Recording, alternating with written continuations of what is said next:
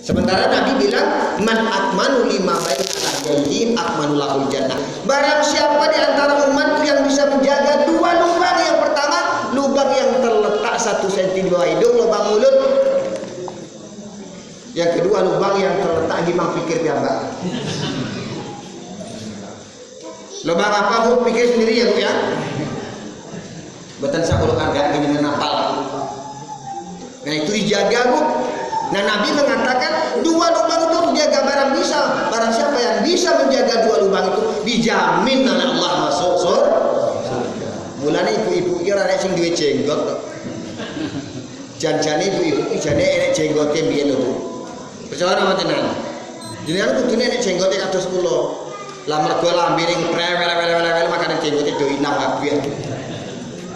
Wong wedok iki kan turunane Siti Hawa nggih. Nggih napa mboten? Jajan jenengan ngomong Siti Hawa, Hawa ngoten. Hawa cangkeme buka napa ngoten? Siti Hawa jajan yang ngomong. Hawa. Buka. Nek ngomong Siti Hawa, mulutnya terbuka, Pak itu perempuan. Nek wong wedok, nek wong lanang turunan Nabi Adam, Pak. Coba Pak ngomong Nabi Adam. Adam. Adam nggih napa mboten? Adam cangkeme nutup. Mulane wong lanang ora kakean ngomong, nek wong wedok kakean cocok. Niki wong wedok ngen kula ngen mriki insyaallah mboten. Nek wong wedok ngen kula kakean cocok, Pak. Sing lanang mulih kesel-kesel lambemu mulih ra duit. Iku ngen kula ngen mriki insyaallah mboten. Mboten kirang maksude. Jenengan pengen bukti napa mboten? Wong wedok nggih, kare wong lanang niku benten nggih kula niku. Nek sing buktine ngaten niki, nek ora percaya jenengan besok ngadeg ning simpang kok. Enek bapak kulis ke pasar tekok ngondi Pak ke pasar. Tekok siji jawabane siji. Ngondi Pak kok bungo. Ini wong lanang Pak, ditekoni siji jawabane siji. Ngondi Pak ke pasar. Ngondi Pak bungo. Jajare ibu-ibu takoni, "Kondi bungo?" Wah, bungo rame. Jeruk munggah. Lombok ya munggah, endok ya munggah. Jajan tekok kondi kan tekok siji kan kondi. Jawabannya sak pasar dijawab nggih napa mboten? Nganti endok ya diomongke munggah. Lah sing munggah ndoke sinten, Mbok? Ndoke bapake. Mergane wong wedok ora iso njaga cangkem. Bapak Ibu kaum muslimin rahimakumullah. Persiapan Ramadan, yang pertama persiapan kita berdoa kepada Allah. Nah yang kedua persiapan ilmu. Yang ketiga yang harus kita persiapkan untuk menghadapi bulan Ramadan itu adalah persiapan jasadiah, persiapan kesehatan badan. Ibu-ibu yang punya gangguan dengan emah, yang punya gangguan dengan menstruasi yang tidak lancar, bapak-bapak juga yang ada gangguan dengan lambung, sekarang berobat masih ada waktunya 2 hari untuk berobat. Jangan nanti begitu datang bulan Ramadan, orang kosong menggemah. Kan begitu banyak Pak ya. Begitu datang bulan puasa, alasan emah segala macam, sing ora kuat poso lagi apa mboten? Alasan kakean alasan tok ora kuat poso. Nah, jadi kalau ada permasalahan dengan kesehatan, berobatlah sekarang agar bulan puasa bisa kita laksanakan dengan baik. Nah, yang keempat Bu, persiapan yang keempat yang harus kita lakukan untuk menghadapi bulan suci Ramadan. Persiapan yang keempat adalah persiapan isti'adu fikriyah, pemikiran yang bersih. Bagi bapak ibu yang punya hutang umpama dengan duit cicilan motor urung lunas, ijik 2 bulan, wis dilunasi sisan ya apa-apa. Puasa ini kan ojo mikir ke utang motor, biar kita melaksanakan puasa biar enak, wis utangi lunasi sisan lah.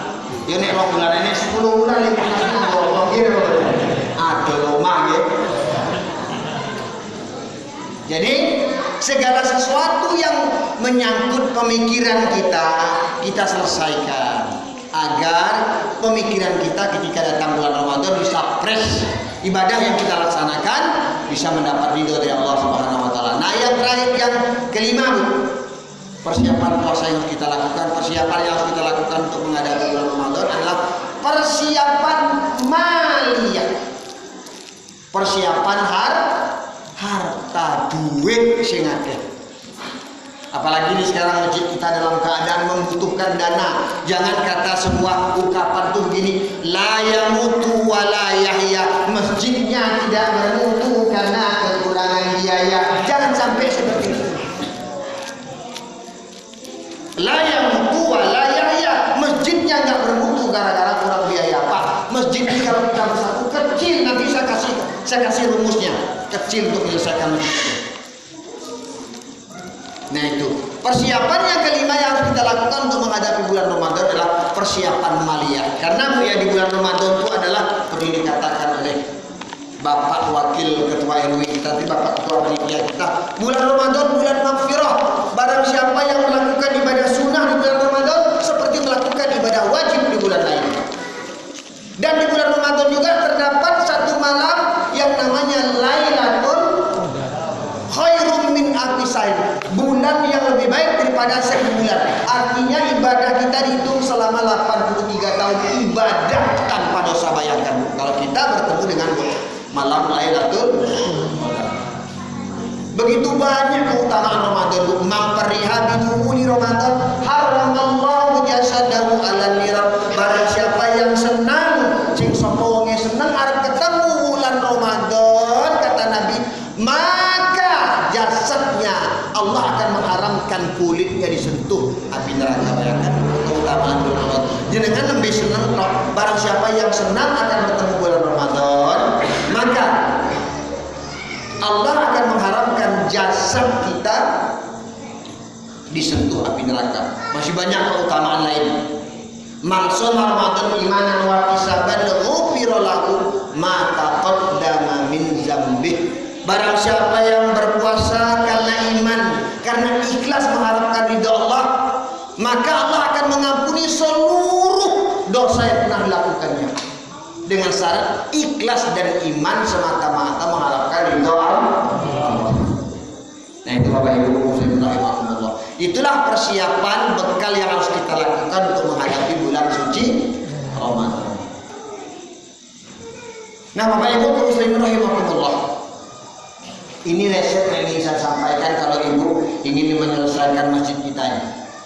Resepnya ada 5 Bu, tolong. Resepnya Pak ya, insya Allah setahun kalau resep ini dilakukan masjid ini megah. Kalau tahun depan ada peringatan Maulid Nabi, undang saya ke sini, insya Allah sudah dikerami, amin. Amin. Kamar mandi sudah ada, amin. Syaratnya 5 Bu. Syaratnya Pak Ustadz ini 5. Ini saya ibaratkan pemuda. Ini apa Bu? Ini pemuda. Kenapa kalau ini pemuda? Pemuda itu bisa Bu, kemana-mana saja pemuda bisa. Dia membuat pemuda. Pemuda tuh langkahnya masih ringan, awalnya sehat gagah. Kemanapun pemuda pergi bisa. Tengok pemuda. Nah, ini saya ibaratkan pemuda, ini saya ibaratkan apa Bu? Saya ibaratkan umarok. Umarok itu artinya pemerintah. Ini saya ibaratkan ulama. Ini saya ibaratkan orang kaya. Kenapa orang kaya? Mesti nek sing nganggo ali-ali jari manis gitu loh. Nih, Bu. Jari manis ini ibaratnya orang kaya. Nah, sementara kelingking ini ibaratnya apa? Wanita. Orang kaya apabila diadu dengan wanita kalah. Siapa orang yang gak tunduk dengan wanita? Dengan niki gajah. Napa ini ibaratnya gajah? Gajah suwit karo wong wedok menang nih. Menang niki kan? Dadi wong wedok bisa ajar cilik nek gajah gede nggih mlebu. Nah, lambang persatuannya gimana, Bu? Pemuda, umaro, ulama, orang kaya dan wanita ini bersatu. Kenapa ini saya ibaratkan pemuda? Pemuda yang baik dia akan bisa mendekati pemimpin. Dia bisa mendekati ulama. Dia bisa mendekati orang kaya dan dia bisa mendekati wanita. Ya, Bu. Contoh. Tanpa persatuan nggak bisa. Sehebat-hebat apapun seorang pemuda, dia nggak bisa makan sendiri, nggak bisa. Nah, nggak bisa jadi, nggak bisa, Bu, nggak bisa. Begitu juga Sehebat-hebat apanya pemerintah, tanpa ada rakyat kecil tidak akan bisa melaksanakan programnya. Nih, pemerintah. Ini ulama. Kenapa ini letaknya di tengah? Ulama itu gunanya untuk melayani masyarakat. Untuk M-nya masyarakat. Ulama untuk layanan masyarakat. Ulama untuk melayani masyarakat. Ulama datangnya tempat bertanya, perginya tempat berita. Jadi kalau pakai cek orang Minang, ulama tuh kuno ini tengah-tengah masyarakat tuh datangnya tampek babari, datangnya tampek batanya, painya tampek babari.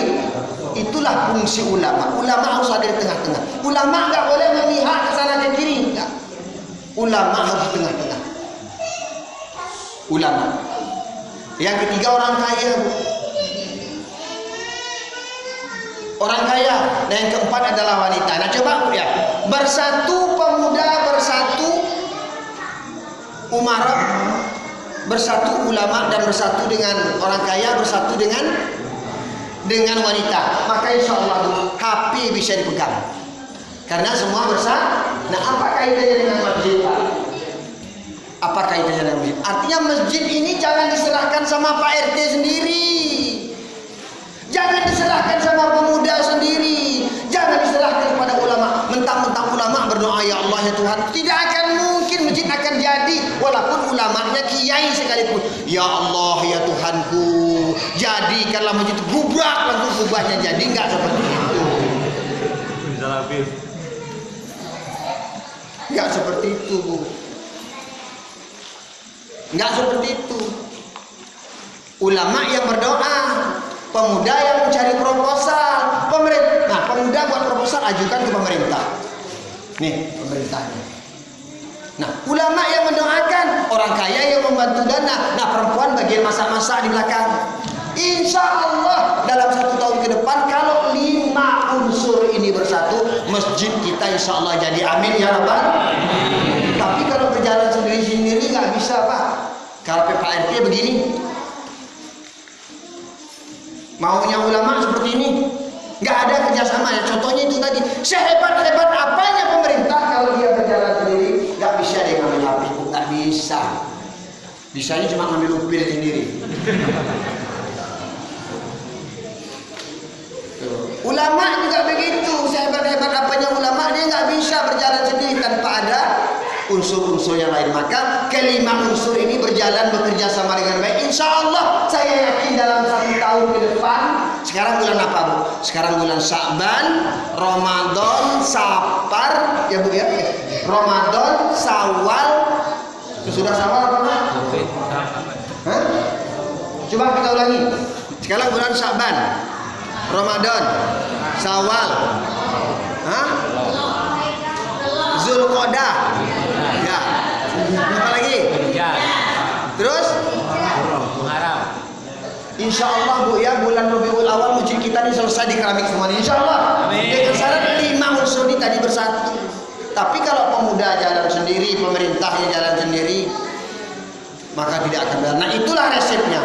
Di samping itu, nih apalagi nih bentar lagi kita menghadapi bulan Ramadan. Makanya tadi saya bilang yang kelima, persiapan yang kelima untuk menghadapi bulan Ramadan, persiapan harta yang banyak. Nanti ketika bulan Ramadan diadakan kotak berjalan.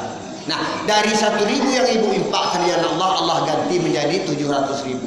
Salah satu contoh nih jagung, Bu. Jenengan yang penseng tani nama badan. Loh, Bu, 1 biji jagung ditanam ke tanah, tumbuhnya 1 biji jagung atau tumbuhnya sebatang? Tumbuhnya sebatang. 1 batang jagung menjadi ada 4 buah jantung. 1 jantung tuh bijinya ada 300 biji kalau dalam ilmu itu. Nah 300 kali 4 jantung berapa biji buah jagung yang Bapak dapat. Nah begitu juga, jadi harta yang Bapak infakkan di jalan Allah itu akan dibalas dari 1.000 menjadi, nah itu 1.200. Nah Bapak Ibu kaum muslimin rahimakumullah, ayat yang saya baca tadi Quran surat At-Taubah ayat 18. Innama ya'muru masajidallah man amana minkum wal yaumil akhir wa aqama shalah wa ata zakah wa lam yakhsha illallah fa asa ulaika ayakunu minal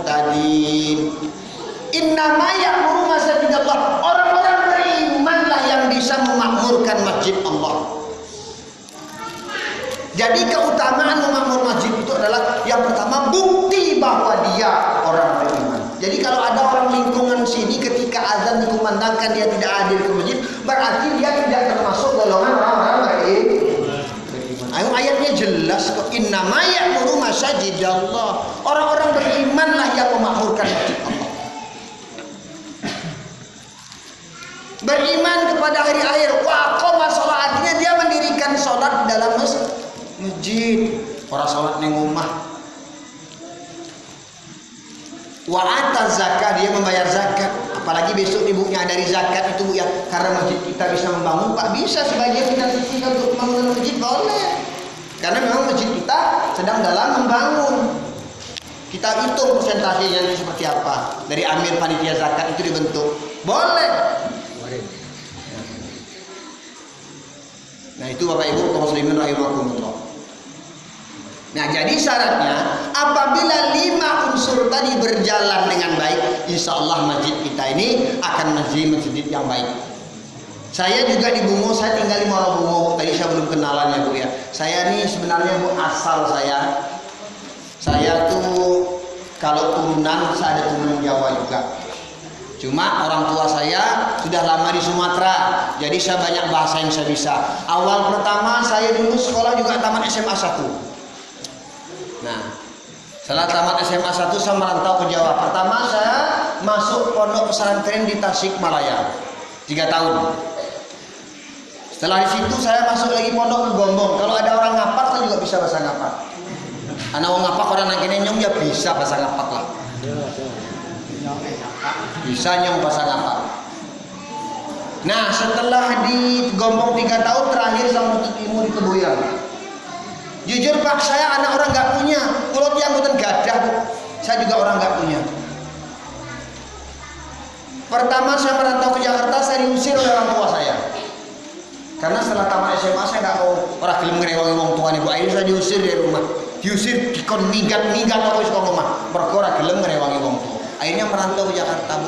Di Jakarta saya ikut orang Bu, ketika saya mondok, ini pengalaman pertama saya mondok Bu ya. Ikut orang, namanya kita nggak punya modal Bu ya. Sementara saya ingin mendapatkan ilmu. Di situ saya ikut orang bikin genteng. Jangan ngerti genteng loh Mas. Ikut orang bikin bata Bu. Jadi kalau subuh jam 4, jam 5, jam 3 saya sudah bangun ngacau lumpur, memisahkan lumpur dengan urat-urat kayu. Nah, nanti setelah itu nanti sholat subuh, setelah sholat subuh cuci kaki nyetak bata. Nanti jam 7 selesai sekolah. Nah begitulah yang saya lakukan. Wengi Pak, kalau malam Pak ya, antara jam 8 dengan jam 11 tuh saya disuruh mijitin ustaz saya. Ustaz saya nelungkup tidur, saya suruh mijitin.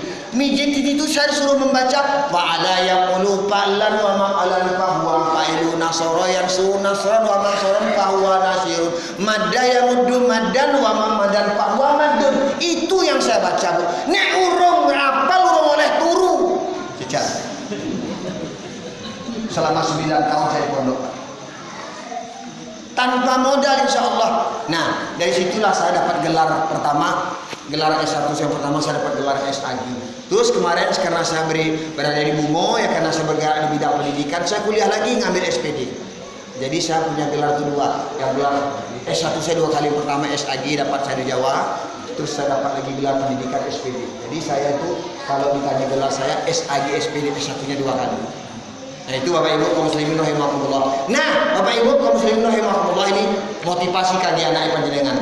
Pertama saya menginjakkan kaki di pondok pesantren Bu ya, ilmu pertama yang saya terima kata ustaznya, kun aliman, dadi kowe wong sing duwe ilmu. Terus yang kedua, au muta'aliman, jadilah kamu orang yang bisa menyampaikan ilmu. Terus yang ketiga, au mustami'an, jadilah kalian orang yang bisa mendengarkan ilmu. Yang keempat, au muhibban, jadilah kamu orang yang cinta terhadap ilmu. Tapi kowe aja dadi wong sing nomor 5. Sapa wong sing nomor 5 kuwi? Wong sing nomor 5 kuwi ora iso ngopo-ngopo tapi isone mung nyalahke bae. Gini namanya. Imam salah, Pak RT salah, pemuda salah, ketua karang taruna salah, kon dadi imam ora tau nggih napa mboten kathah saniki tiyang sing kados niku Pak. Terus kunci yang kedua agar masjid kita ini makmur Pak ya, jauhkan perbedaan di antara kita. Kalau perbedaan yang kita cari dari zaman Nabi sampai sekarang, perbedaan itu selalu ada Pak. Kunut, syawara kunut nggak usah dibesar-besarkan. Sholat subuh nganggo kunut apik, orang nganggo kunut yo apik, syawara kelem subuh yang menit. Jadi jauhkan perbedaan Pak, jangan perbedaan yang kita besar-besarkan. Oh, nyu sembahyang ndak pakai kunut, awak sembahyang seperti sikol, nyu kunut awak ndak awak sikol. Ndak macam itu. Kunut tidak menyebabkan sah atau batalnya sholat subuh. Tidak ada hadis yang mewajibkan kunut, tidak ada. Tapi kunut itu merupakan amal tambahan plus ibaratnya.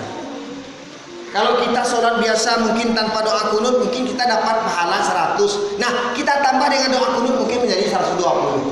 Dan sekali lagi perlu saya tekankan, kunut bukan termasuk rukun dalam sholat subuh. Jadi nggak perlu ketika imamnya orang kunut, subhanallah nggak perlu ngoten niku, mboten perlu. Nganggo kunut saya mboten nganggo kunut gesa. Yasinan malam Jumat saya nih mboten gesa. Talqin di kuburan saya nih mboten gesa. Sewara saya sewara tahu gelem ngaji. Nah, sekarang yang jadi permasalahan kita kan itu Pak, peringatan Maulid Nabi bin Afdal, Isra Mi'raj bin Afdal. Ada yang mengatakan begitu. Kalau itu yang kita cari, itulah yang menghancurkan Islam kita. Makanya kita rekat ukhuwah Islamiyah. Masjid kita ini akan maju ke depannya kalau persatuan di antara kita jaga. Jauhkan perbedaan, nggak usah kita besar-besarkan. Pakai kunut, ada imam yang pakai kunut diikutin. Imam Syafi'i berkunut. Imam Syafi'i itu dia muridnya Imam Malik. Imam Malik nggak pakai kunut Pak. Imam Syafi'i pakai kunut. Tapi orang tahu gelut.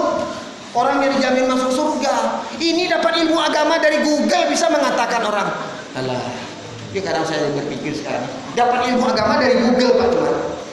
Nggak tahu dia kitab kuning, nggak tahu dia kitab Sopina, tapi bisa mengatakan ini. Apa dasarnya? Nah, saya 9 tahun Pak membaca fa'ala yaqulu fa'lan wa maqalan fahuwa fa'ilu nasoro yang suruh nasron wa nasoro fahuwa nasirun. Itu yang sekarang jadi masalah. Jadi saran yang selanjutnya yang ingin saya sampaikan, kalau masjid kita ini ingin megah, jamaahnya banyak, jauhkan perbedaan. Carilah persamaan di antara kita. Kunut dan tidak kunut bukan masalah.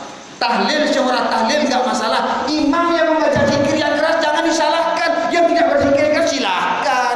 Sekali lagi itu bukan sah batalnya sholat. Tidak di situ letaknya.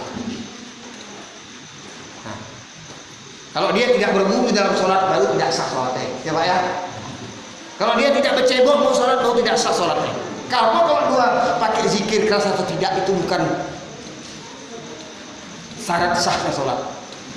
Jadi yang berdoa sesudah sholat boleh, doanya keras boleh, yang tidak juga boleh. Yang salah mana? Yang nggak pernah berdoa dan yang nggak pernah sholat.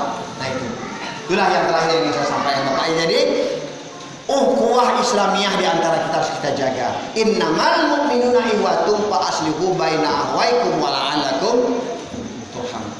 Jadi sesungguhnya muslim itu bersaudara. Jadi jauhkan perbedaan, rekat ukhuwah Islamiyah. Jadi perbedaannya lah kita besar-besarkan, tapi persamaan yang kita cari. Bapak Ibu kaum muslimin rahimakumullah. Mungkin itulah yang bisa saya sampaikan pada pertemuan kita malam hari ini. Mudah-mudahan apa yang kita niatkan, punggahan kalau kita orang Jawa Pak ya. Punggahan itu artinya menyambut bulan suci Ramadan. Mudah-mudahan dengan datangnya bulan Ramadan bisa kita manfaatkan untuk semata-mata mendekatkan diri kepada Allah. Ramadan asal katanya Ramida. Bu, Ramadan asal katanya Ramida. Ramida artinya membakar. Apa yang kita bakar? Kesalahan yang pernah kita lakukan 11 bulan yang lalu. Kalau kita pernah berzina, kalau kita pernah berjudi, terutama ibu-ibu. Ibu-ibu ini kan punya hobi nyebut-nyebut kekurangan orang.